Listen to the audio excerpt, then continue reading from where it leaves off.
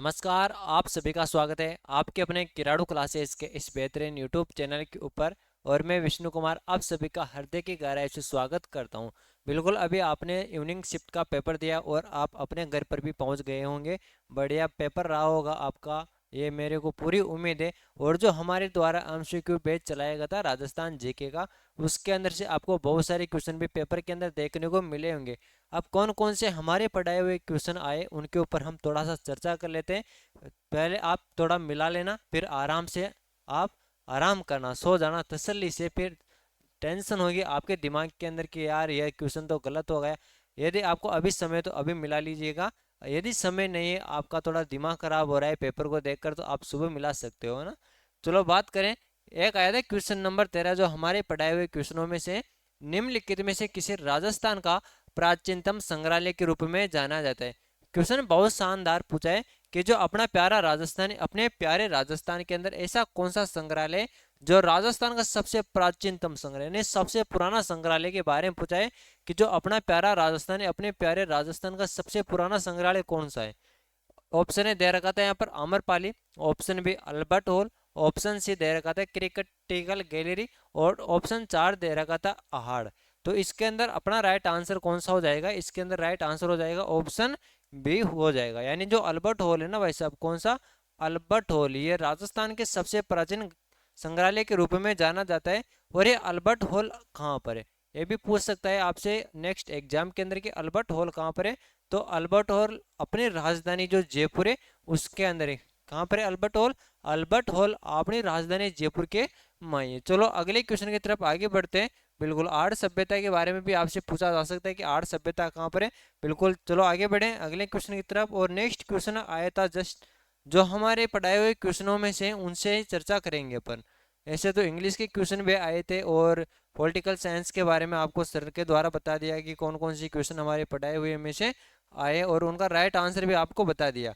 चलो question number 30 देखिएगा आप, है ना। क्वेश्चन नंबर 30 के अंदर पूछा है, क्या पूछा है, नीमका थाना में कांतली नदी के स्रोत पर ताम्र संस्कृति का कौन सा स्थल खोजा गया था। जो कांतली नदी है, कांतली नदी के स्रोत पर यानी कांतली नदी के किनारे कौन सा ताम्र संस्कृति का कौन सा स्थल खोजा गया था। Option A Bagor, option B Ganeshwar, option C Ahar, option D Gilund सभ्यता। अब बात करें अपन कौन सा स्थल खोजा गया था, तो इसके अंदर खोजा गया था भाई साहब कौन सा स्थल, गणेश्वर स्थल। जो गणेश्वर सभ्यता है ना, कौन सी सभ्यता, गणेश्वर सभ्यता। अब देखो क्वेश्चन घुमा फिरा कर कैसे पूछ सकता है। अब गणेश्वर सभ्यता ना, ये नदी दे रखी है यहाँ पे, तो कौन सी नदी थी, कांतली नदी। कौन सी नदी थी भाई साहब, कांतली नदी के किनारे कौन सी सभ्यता है, कांतली नदी के किनारे है भाई साहब कौन सी, गणेश्वर सभ्यता। अब ये गणेश्वर सभ्यता थी ना, ये पहले कहाँ पे थी, यानी पहले कौन से जिले के अंदर थी, पहले सीकर जिले के अंदर थी। लेकिन हम जो हमारे पूर्व मुख्यमंत्री थे कौन, अशोक गहलोत जी, उनके द्वारा एक जिला बनाया गया था नीम का थाना जिला। कौन सा थाना बनाया था, जो नीम का थाना जिला है ना, ये नवीनतम जिला बनाया गया था मुख्यमंत्री अशोक गहलोत जी के द्वारा। अब ये नीम का थाना है ना, ये जिला बन गया। तो ये गणेश्वर सभ्यता है ना, ये कहाँ पे आएगी, ये आएगी कहाँ पे, नीम का थाना के अंदर आएगी। और जो ताम्र युगीन सभ्यताओं की जननी है, क्या, ताम्र युगीन सभ्यताओं की जननी, ताम्र युगीन सभ्यताओं की जननी, सभ्यताओं की जननी, ताम्र युगीन सभ्यताओं की जननी कौन सी सभ्यता को कहा जाता है। तो आपको बताना है भाई साहब, बताना है क्या पूछ सकता है आपका। अभी तक तो दो शिफ्ट के अंदर और एग्जाम होगा। गणेश्वर सभ्यता को ताम्र युगीन सभ्यताओं की जननी कहा जाता है। और कालीबंगा सभ्यता के बारे में भी आपसे पूछ सकता है कि कालीबंगा सभ्यता राजस्थान के कौन से जिले के अंदर उत्खनन किसके द्वारा करवाया जाता है, और कौन सी नदी के किनारे स्थित है, और यहाँ पर कौन कौन सी अवशेष मिलते हैं कालीबंगा सभ्यता के अंदर। इस सभ्यता भी आप थोड़ा हल्का हल्का देख लेना कि कौन से क्वेश्चन पूछे जा सकते हैं। चलो नेक्स्ट क्वेश्चन की तरफ आगे बढ़ते हैं। और नेक्स्ट क्वेश्चन पूछा गया है, क्वेश्चन नंबर 32 है कि राजस्थान का मिनी खजुराहो किस मंदिर को कहा जाता है। बहुत शानदार क्वेश्चन है ये भी। और इसके ऊपर भी हमने बहुत बार चर्चा कर ली कि राजस्थान का मिनी खजुराहो के बारे में, किसके बारे में, जो राजस्थान है अपना, राजस्थान अपने राजस्थान का मिनी खजुराहो के बारे में पूछा है। किसके बारे में, देखो मिनी खजुराहो दे रखा है यहाँ पे। यदि मिनी खजुराहो नहीं होता और यहाँ पे होता राजस्थान का खजुराहो किस मंदिर को कहा जाता है, तो यहाँ पे होता राइट आंसर किराड़ो का मंदिर। कौन सा होता, किराड़ो का मंदिर। लेकिन यहाँ पे दे दिया क्या दिया है यहाँ पे, कि मिनी खजुराहो को क्या दे दिया, मिनी खजुराहो। देखो ध्यान से पढ़ना होता है क्वेश्चन को, कि मिनी खजुराहो दिखाई दे रहा है ना आपको, क्या दिया है, मिनी खजुराहो। अब ये मिनी खजुराहो है ना, ये किस मंदिर को कहा जाता है? ऑप्शन ए किराड़ो के मंदिर को, ऑप्शन बी रानी भटियानी मंदिर को, ऑप्शन सी नाकाड़ा जी मंदिर को, ऑप्शन डी रामगढ़ भंड देवरा मंदिर को। तो यहाँ पे किराड़ू का मंदिर नहीं होगा भाई साहब, है ना। बहुत सारे का कमेंट आ रहा है कि सर किराड़ू के मंदिर होंगे। अरे किराड़ू के मंदिर नहीं होंगे। अभी मैंने बताया कि यहाँ पे मिनी नहीं दिया होता, क्या नहीं दिया होता, मिनी नहीं दिया होता तो किराड़ू का मंदिर होता, और यहाँ पे दे दिया मिनी खजुराहो। तो मिनी खजुराहो कौन सा हो जाएगा, राजस्थान का? राजस्थान का मिनी खजुराहो हो जाएगा रामगढ़ भंडदेवरा मंदिर। कौन सा मंदिर हो जाएगा, रामगढ़ भंडदेवरा मंदिर राजस्थान का मिनी खजुराहो है। और राजस्थान का खजुराहो कौन सा मंदिर है, राजस्थान का खजुराहो किराड़ू का मंदिर। ये ध्यान रखना है भाई साहब, आपको एग्जाम में पूछा गया क्वेश्चन है। और इसी प्रकार के क्वेश्चन पूछे जाते हैं कि विद्यार्थी किस प्रकार के कंफ्यूज, आपकी नॉलेज चेक की जाती है कि आपके अंदर कितना नॉलेज है। चलो अगले क्वेश्चन की तरफ आगे बढ़े।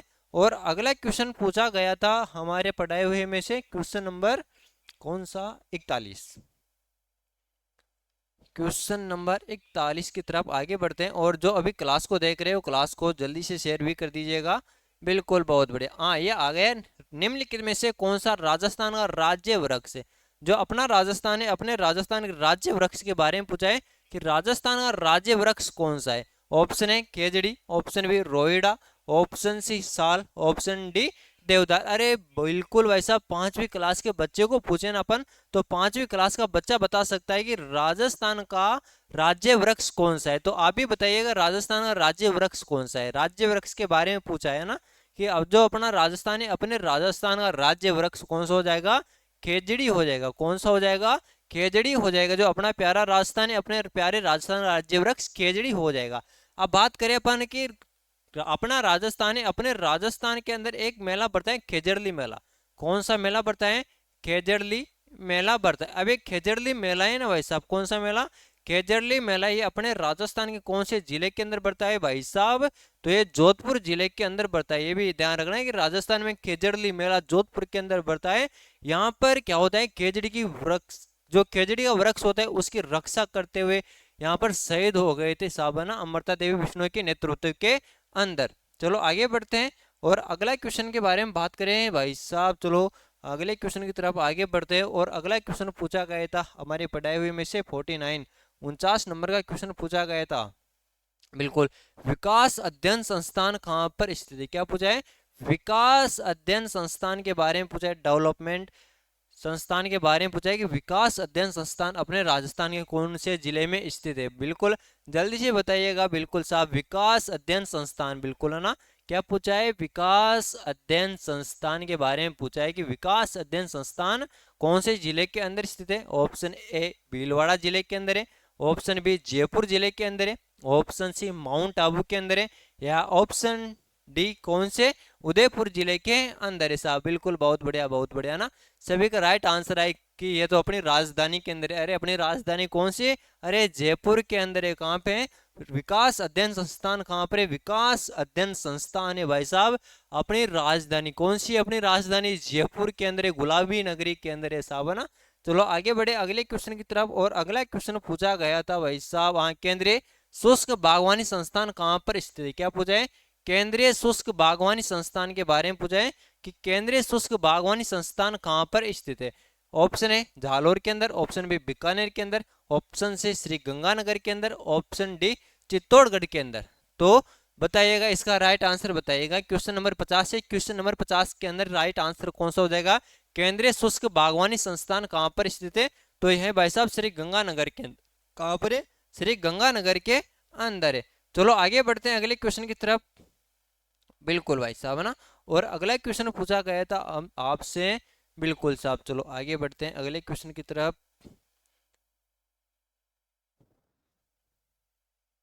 हाँ, जो अभी क्लास को देख रहे हैं साथियों, क्लास को जल्दी से शेयर कर दीजिएगा अपने साथियों के साथ। अरे एक क्लास के अंदर से देखो इतने सारे क्वेश्चन मिल जाते हैं ना, ये छोटी मोटी बात नहीं होती, बहुत बड़ी बात होती है कि एक क्लास के अंदर से कितने क्वेश्चन मिल गए। देखो कम से कम 30 या 40 क्वेश्चन मिले पॉलिटिकल साइंस के मिलाकर और राजस्थान जीके के मिलाकर। यदि देखो इंग्लिश की क्लास भी लगा देते ना आपके लिए, तो लगभग लगभग 80% पेपर आपका सेम टू सेम मिल जाता। बिल्कुल, है ना। हाँ, हिंदी की क्वेश्चन भी आए इसके अंदर, कंप्यूटर के भी। हाँ, कंप्यूटर की क्लास भी लगाई थी ना आपकी, यदि आपने देखा होगा तो कंप्यूटर की क्लास भी लगाई थी आपकी, आपने नहीं देखा होगा। बिल्कुल, कंप्यूटर की क्लास भी लगाई थी भाई साहब आपकी, थोड़ा ध्यान रखा करें। बिल्कुल। हाँ, जल्दी जल्दी करवा रहे हैं क्वेश्चन। बिल्कुल बिल्कुल बिल्कुल। हाँ, ये आ गया। राजस्थान में ताल छापर वन्य जीव अभ्यारण्य रेगिस्तान में स्थित है। अब राजस्थान का जो ताल छापर अभ्यारण्य, कौन सा अभ्यारण्य है? ताल छापर वन्य जीव अभ्यारण्य के बारे में पूछा है कि ताल छापर वन्य जीव अभ्यारण्य राजस्थान के कौन से जिले के अंदर स्थित है? क्या चूरू के अंदर स्थित है, या सिरोही के अंदर स्थित है, जयपुर के अंदर स्थित है, बूंदी के अंदर स्थित है? तो ताल छापर वन्य जीव अभ्यारण्य है ना वैसा, अब तो ये कहाँ पर स्थित है? ये चूरू के अंदर स्थित है। कहाँ पे? ताल छापर वन्य जीव अभ्यारण्य चूरू के अंदर स्थित है। क्लियर है भाई साहब? चलो आगे बढ़ते हैं अगले क्वेश्चन की तरफ। और अगला क्वेश्चन पूछा गया था आपसे हमारे पढ़ाए हुए में से। बिल्कुल 82 हो गया। बिल्कुल साहब, है ना? इसके अंदर से क्या है साथियों, एक पेज गायब है ना। हाँ, ये आ गया। 1903 में बिजोले के किसानों पर चौरी कर किसने लगाया था? ये आया है भाई साहब, जो हमारे राजस्थान के अंदर किसान आंदोलन हुए थे ना, उसके अंदर से क्वेश्चन पूछा है। और किसान आंदोलन भी कौन सा? बिजोले किसान आंदोलन। अब ये बिजोले किसान आंदोलन हुआ था, इसके अंदर जो एक कर लगाया गया था चौरी कर, कौन सा कर लगाया गया था? चौरी कर लगाया गया था। अब ये चौरी कर है ना, ये कब लगाया कि सॉरी किसके द्वारा लगाया गया था?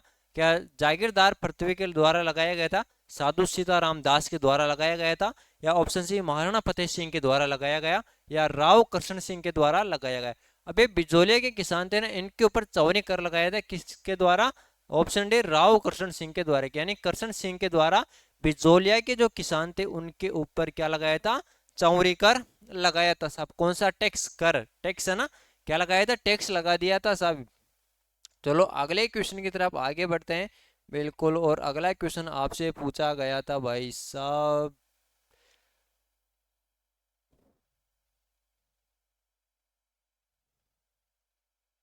हाँ, ये आए क्वेश्चन नंबर 100, 100 के बारे में बात करनी है कि दादू दयाल जी का जन्म हुआ था। जो संत दादू दयाल जी थे, कौन? संत दादू दयाल जी, दादू राम सत्य राम, है ना? क्यों, कौन थे? दादू दयाल जी। अरे दादू दयाल जी है ना भाई साहब, जानते हो दादू दयाल जी को सब आप, है ना? कि जो दादू दयाल जी है ना, दादू दयाल जी, इनका जन्म के बारे में पूछा है कि दादू दयाल जी का जन्म कहाँ पर हुआ था? क्या दादू दयाल जी का जन्म बीकानेर के अंदर हुआ था? ऑप्शन बी कोटा के अंदर हुआ था, ऑप्शन सी अहमदाबाद में हुआ था, या ऑप्शन डी नागौर के अंदर हुआ था? अब संत दादू दयाल जी के बारे में पूछ लिया कि भाई साहब संत दादू दयाल जी का जन्म राजस्थान रे जिले, राजस्थान राज्य में तो बिल्कुल भी नहीं हुआ था ना। जो अपना प्यारा राजस्थान है, अपने प्यारे राजस्थान के अंदर दादू दयाल जी का जन्म नहीं हुआ था, तो आउट ऑफ स्टेट हुआ था साहब। किनका जन्म? दादू दयाल जी का। तो कहाँ पे हुआ था? दादू दयाल जी का जन्म हुआ था अहमदाबाद के अंदर। और अहमदाबाद कहाँ पे? अहमदाबाद है भाई साहब, कहाँ पे? गुजरात के अंदर। अरे गुजरात के अंदर अहमदाबाद है, वहां पर संत दादू दयाल जी का जन्म हुआ था। और दादू दयाल जी की प्रधान पीठ के बारे में भी आपको ध्यान रखना है। क्या ध्यान रखना है? कि दादू दयाल जी की प्रधान पीठ है ना भाई साहब, कौन सी पीठ? दादू दयाल जी की प्रधान पीठ है नरेना के अंदर। कहाँ पे? नरेना के अंदर। और ये नरेना कहाँ पर है? नरेना, नरेना। और ये नरेना कहाँ पे? ये है जयपुर ग्रामीण के अंदर। कहाँ पे? नरेना, नरेना जयपुर ग्रामीण के अंदर है, ये भी आपको ध्यान रखना है। अगला क्वेश्चन यही आएगा कि दादू दयाल जी की प्रधान पीठ कहाँ पर है भाई साहब, है ना? क्या पूछेगा? दादू दयाल जी की प्रधान पीठ के बारे में पूछेगा। ध्यान रख लेना कि दादू दयाल जी की प्रधान पीठ कहाँ पर है। दादू दयाल जी की प्रधान पीठ है नरेना के अंदर। आप क्या करके आओगे मेरे को बताइए, दूधू नहीं करना। जो नरेना, ये जयपुर ग्रामीण के अंदर है, दूधू के अंदर नहीं है नरेना। नरेना है कहाँ पे? बिल्कुल साहब, कहाँ पे? जयपुर ग्रामीण के अंदर है। चलो अगले क्वेश्चन की तरफ आगे बढ़ते हैं। और अगला क्वेश्चन पूछा गया था आपसे 100 के बाद में। बिल्कुल।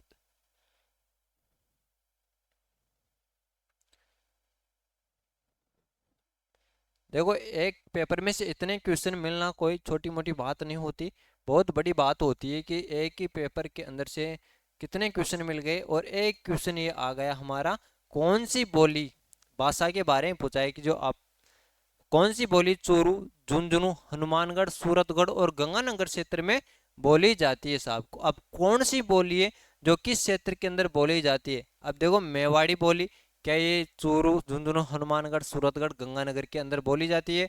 शेखावटी, मारवाड़ी या मालवी? तो कौन सी हो जाएगी इसके अंदर, जल्दी से बताना है आपको कि चूरू, सीकर, झुंझुनू के अंदर, सूरतगढ़, गंगानगर के अंदर कौन सी बोली बोली जाती है?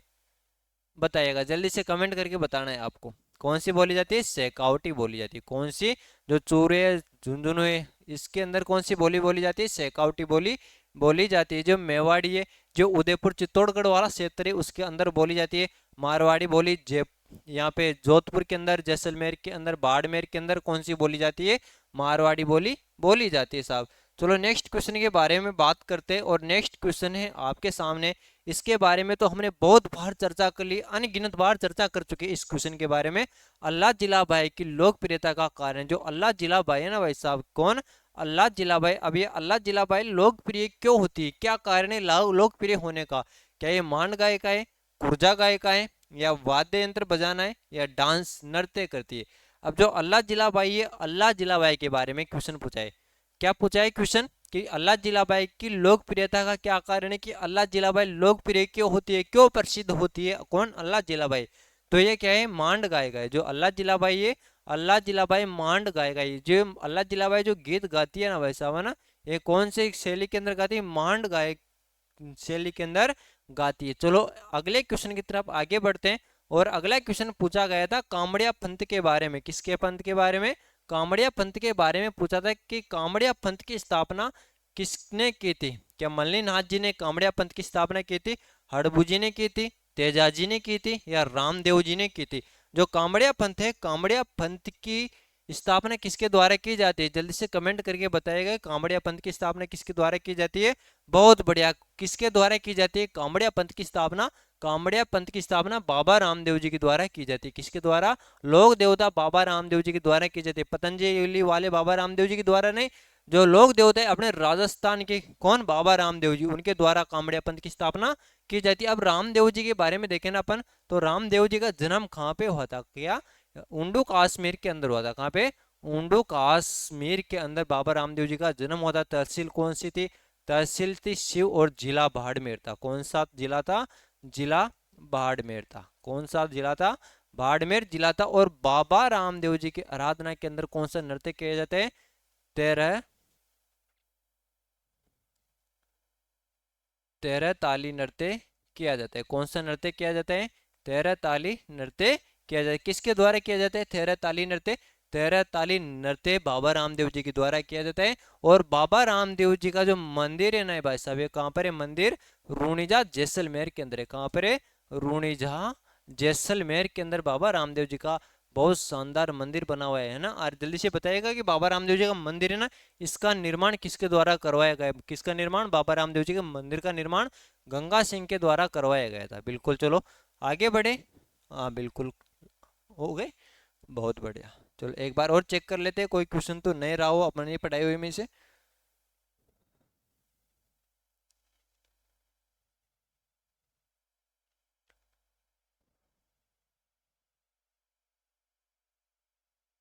इसके बारे में भी देख लो आप, है ना।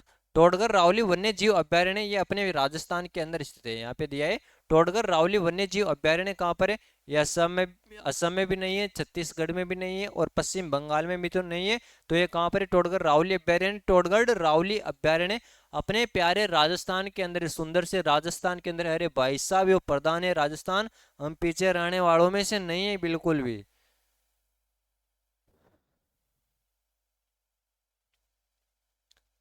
चलो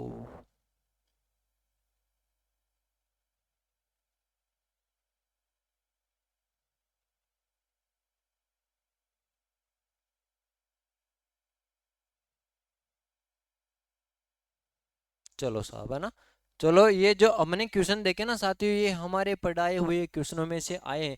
यानी जो आपके लिए एमसीक्यू बैच चलाया गया था, उसके अंदर से ये सभी के सभी क्वेश्चन पूछे गए थे। देखो इसके अंदर से लगभग 1 2 3 4 5 6 7 8 9 10 11 12 13 14 15 15 क्वेश्चन तो राजस्थान जीके के अंदर से पूछे गए। कितने? 15 क्वेश्चन तो राजस्थान जीके में से, और 10 क्वेश्चन पूछे गए थे किसमें से? पॉलिटिकल साइंस में से। यानी लगभग 25 क्वेश्चन तो 4 दिन की क्लास में से है। कितने दिन की क्लासों में से? 4 दिन की क्लासों के अंदर से 25 क्वेश्चन पूछे गए। तो आप देख सकते हो कि कितने शानदार तरीके से आपके लिए क्वेश्चन भी तैयार किए गए थे, उनका एनालिसिस भी कितने शानदार तरीके से किया गया था। तो मैं पूरी उम्मीद करता हूं कि आपके जो हमने क्वेश्चन मिलाए वो बिल्कुल आपके सही रहे होंगे। तो सभी साथियों का यहाँ तक के लिए बहुत बहुत धन्यवाद। यदि आपके 40% भी नहीं आ रहे तो कोई टेंशन लेने वाली बात नहीं है। जिसकी तैयारी करते आए हो, फर्स्ट ग्रेड की तैयारी करते आए हो, फर्स्ट ग्रेड की करना है। सेकंड ग्रेड की तैयारी करते आए हो, सेकंड ग्रेड की तैयारी करना है। रेट की तैयारी करते आए हो, रेट की तैयारी करते रहना है। सीईटी तो क्या है, ये एक बीच के अंदर अवरोध था, तो ये अवरोध समाप्त हो जाएगा और बिल्कुल भी दिमाग के अंदर टेंशन लेने की आवश्यकता बिल्कुल भी नहीं है। चलो करते हैं आज की सेशन की समाप्ति। सभी का धन्यवाद।